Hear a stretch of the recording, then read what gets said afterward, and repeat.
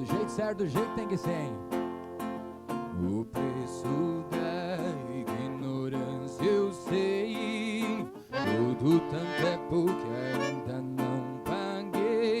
Doeu tanto, nunca mais. Foi pesado demais. Dava certo a nossa história, feito a nota e a espora, feito o arroz com feijão. Na raiz é trovão, mas nem se chovesse canivete eu pedia perdão. Foi o que eu pensei. Quem falou que bruto não corre atrás não sabia a falta que essa moça faz. Aguento 8 segundos em cima de um touro bravo, mas não aguento o mesmo tempo sem ela aqui do lado. Quem falou que bruto não corre atrás não sabia a falta que essa moça faz. Aguento 8 segundos em cima de um touro bravo, mas não aguento o mesmo tempo sem ela aqui do lado. Ai, ai, ai, ai, ai, ai, ai, ai. Vai comentando aí, gente, de onde você tá assistindo nós? É Lucas de Diego.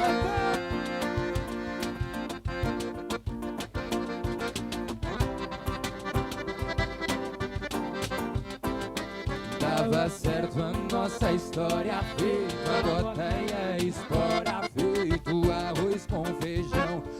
Na raiz é trovão, mas nem se chovesse canivete eu pedia perdão. Foi o que eu pensei. Quem falou que bruto não corre atrás não sabia a falta que essa moça faz. Aguento 8 segundos em cima de um touro bravo, mas não aguento o mesmo tempo sem ela aqui do lado.